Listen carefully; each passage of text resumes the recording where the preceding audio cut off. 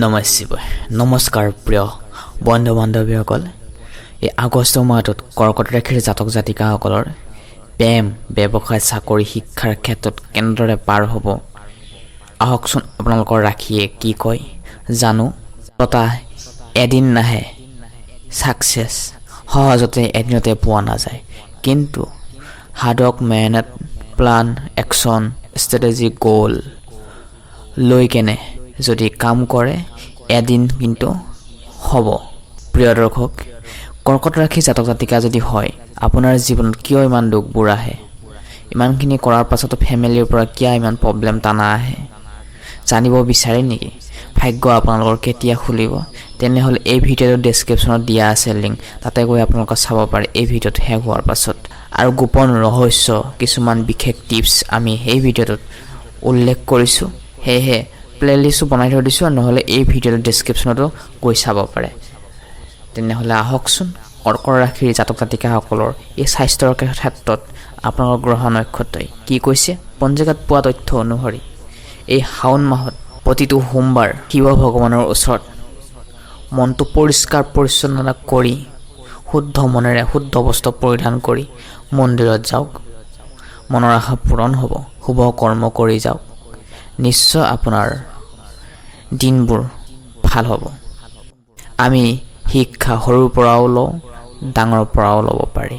শিক্ষা কেতিয়াও শেষ নহয়। শিক্ষা সৰুৰ পৰাও শিকোঁ, ডাঙৰৰ পৰাও শিকোঁ।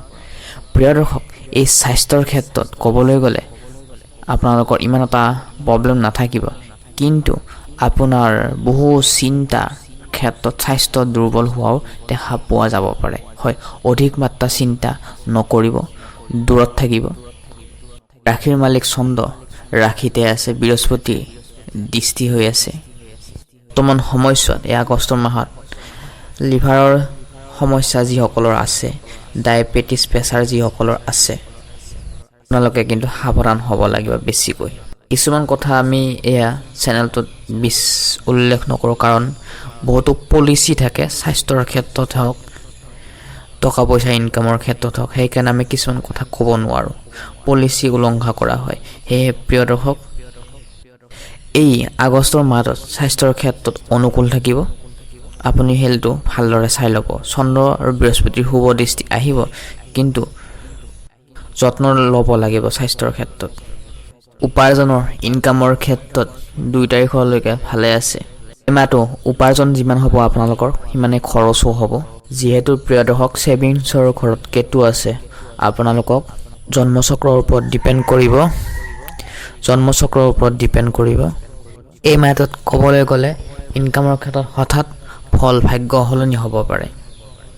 ব্যৱসায়ৰ ক্ষেত্ৰত যিসকলে ব্যৱসায় কৰি আছে, পাৰ্চনেলি ক্ষেত্ৰত নিজৰ ব্যৱসায় কৰি আছে, যিসকলে টিচাৰ লাইনত, শিক্ষকতাৰ লাইনত, কোচিং চেণ্টাৰৰ লগত জড়িত হৈ আছে, তেওঁলোকৰ ক্ষেত্ৰত এই মাহটো বহুতেই ভাল। আপুনি প্ৰক্ৰিয় হৈ থকাৰ কাৰণে বৰ্তমান সময়ছোৱাত আপোনালোকৰ কিছুমান ক্ষেত্ৰত অধিক কষ্ট কৰাব। ভাগ্য আপোনালোকৰ 2 দিন ভাল, 2 দিন বেয়া। উপাৰ্জনৰ ক্ষেত্ৰত কিমান আৰু কষ্ট কৰিব, এনেকুৱা ধৰণৰ পৰিৱেশ আহিব পাৰে। আৰু যিসকলে মহিলা আছে, ঘৰতে সৰু সুৰাকৈ বিজনেছ কৰি আছে, ছাগলীৰ ফাৰ্ম হওক, মুৰ্গীৰ ফাৰ্ম হওক, তেওঁলোকে কিন্তু অলপ বিজনেছৰ ক্ষেত্ৰত অলপ চোৱা চিতাত অলপ ভাল ধৰণে কৰিব লাগিব, কাৰণ যিহেতু বৰষুণৰ বতৰ। যিসকলে কৰ্মৰ ক্ষেত্ৰত কিন্তু বহুতো কষ্ট কৰাব, হাৰ্ডৱৰ্ক কৰিব লাগিব আপোনালোকে।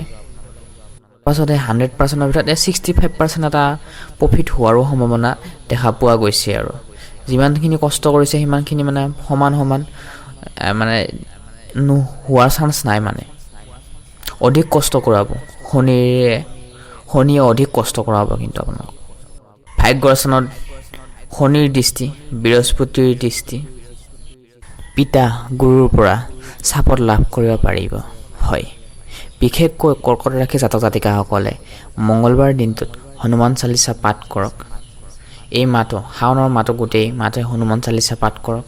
পাৰিলে গোটেই বছৰটোৱে, গোটেই জীৱনে হনুমান পাঠ কৰিব পাৰিলে ভাল আপোনাৰ নিজৰ কাৰণে, কাৰণ মনটো আপোনাৰ শক্তিশালী হ'ব। যাক আপুনি নিজৰ বুলি ভাবি কেনে মনৰ কথা শ্বেয়াৰ কৰে, ডিছকাছ কৰে, তেওঁলোকে আপোনালোকক বহুতো ঘাত প্ৰতিঘাতৰ মাজে অবিশ্বাসৰ ক্ষেত্ৰত বিশ্বাসঘাত কৰে। সেয়ে প্ৰিয় দৰ্শক নিজক ভাল পোৱাৰ লগতে নিজৰ ফেমিলিটোৰ মংগল হোৱাৰ লগতে নিজৰ ল'ৰা ছোৱালীৰ লগত আপোনালোকে ভাল এটা কমিউনিকেশ্যন বজাই ৰাখিব। এই মাহটো বিশেষকৈ শাওনৰ মাহ ধৰ্মকৰ্মৰ ক্ষেত্ৰত কিন্তু বহুতেই আগ্ৰহ থাকিব আপোনাৰ মনৰ মাজত। নিজৰ পিতৃৰ পৰা গুৰুজনৰ পৰা যথেষ্ট ছাপৰ্ট পাব। প্ৰিয় দৰ্শক এইখিনিতে আপোনালোকক অনুৰোধ জনাইছোঁ 95% মানুহে ছাবস্ক্ৰাইব কৰিছে, কৰা নাই 5% মানুহে ছাবস্ক্ৰাইব কৰিছে। বহুতো আমি কষ্ট কৰি আছোঁ আপোনালোকৰ কাৰণে, সদায় ৰেগুলাৰ ভিডিঅ' দিওঁ। সেয়ে প্ৰিয় দৰ্শক মাহেকীয়া আগতীয়াকৈ মাহেকীয়া ৰাখিবলৈ পাবলৈ চেনেলটি ছাবস্ক্ৰাইব কৰি থ'বলৈ একেবাৰে নাপাহৰিব। এতিয়া আমি জানো আহকচোন লাভ ৰিলেশ্যনশ্বিপৰ ক্ষেত্ৰত এই আগষ্ট মাহটো কেনেদৰে পাৰ হ'ব। অকল প্ৰেমিক প্ৰেমিকা আছে তেওঁলোকৰ ৰিলেশ্যনশ্বিপ ভাল দেখা গৈছে বৰ্তমান সময়ছোৱাত, আৰু এই বৰ্তমান সময়ছোৱাত ভাগ্য উদয় কৰিবলৈ পাৰিব। লাভ ৰিলেশ্যনশ্বিপৰ ঘৰত মংগলৰ দৃষ্টি আছে যদিও 2 তাৰিখৰ পাছত 2 আগষ্টৰ পাছত ইয়াৰ পৰা আঁতৰি যাব। 2 তাৰিখৰ পাছত ইয়াৰ পৰা আঁতৰি যাব। বৃহস্পতিৰ দৃষ্টি প্ৰেমৰ স্থানতো দিছে, বিবাহৰ স্থানতো দিছে। মুঠতে চাবলৈ গ'লে প্ৰেমৰ ক্ষেত্ৰত বিবাহৰ ক্ষেত্ৰত ভাল, আৰু ভাগ্যৰ স্থানতো ছাপৰ্ট দিছে। আপোনালোকৰ মনত যিহেতু কনফিউজ থাকিলে মেৰেজ কৰিবৰ কাৰণে ভাল দেখা পোৱা গৈছে। এইখিনি সময়ছোৱাত অবিবাহিতসকলে বিবাহৰ ক্ষেত্ৰত মাথা মাৰিব পাৰে। অক্টোবৰ 31 তাৰিখলৈকে ভাল চলি আছে। যিসকলে অবিবাহিত আছে তেওঁলোকে খং ৰাগবোৰ অলপ মেইনটেইন কৰিব লাগিব। ইমান অকলে মাথা নামাৰিব, লাইফ পাৰ্টনাৰৰ লগত বহি লৈ ডিছকাছ কৰি লৈ বিবাহৰ ক্ষেত্ৰত আগবাঢ়িব পাৰে। এতিয়া আমি জানি লওঁ আহকচোন সাধাৰণ শিক্ষা আৰু উচ্চ শিক্ষাৰ ক্ষেত্ৰত কেনেদৰে পাৰ হ'ব এই আগষ্ট মাহটো। ৰাহুৰ দৃষ্টি সাধাৰণ শিক্ষাৰ ক্ষেত্ৰত উচ্চ শিক্ষাৰ ক্ষেত্ৰত আছে। শুক্ৰ গ্ৰহটো সাধাৰণ শিক্ষাৰ মালিক, ইয়াৰ পৰা মানে চাবলৈ গ'লে আগষ্ট মাহৰ পৰা নিজস্ব ৰাশিত আছে। শিক্ষাৰ ক্ষেত্ৰত কিন্তু অলপ এক্সট্ৰা মেহনত কৰিব লাগিব, কষ্ট অলপ কৰিলেহে আপোনালোকে ভাল ৰিজাল্ট পাব। সেয়া লাগিলে নেট হওক, সেয়া লাগিলে DLEDৰ এণ্ট্ৰেঞ্চ হওক, আৰু যিসকলে চাকৰিৰ কাৰণে প্ৰিপেৰেশ্যন কৰি আছে তেওঁলোকৰ ক্ষেত্ৰতে হওক। কৈছোঁ মই ভাল ৰিজাল্ট পাবলৈ আগুৱাই যাবলৈ লাইফটো এইখিনি সময় থাকোঁতে আপোনালোকে হাৰ্ড ৱৰ্ক কৰক, স্মাৰ্ট ৱৰ্ক কৰক। অকল কষ্ট কৰিলে নহ'ব, হাৰ্ড ৱৰ্ক স্মাৰ্ট ৱৰ্ক কৰিব লাগিব। আপোনালোকৰ নিজৰ ক্ৰিয়েটিভ টেলেণ্ট কিন্তু ভাল আছে এই মাহটোত। নিজৰ বুদ্ধি স্মৃতি লগাই আপোনালোকে আগবাঢ়িব পাৰিব পঢ়া শুনাৰ ক্ষেত্ৰত, উচ্চ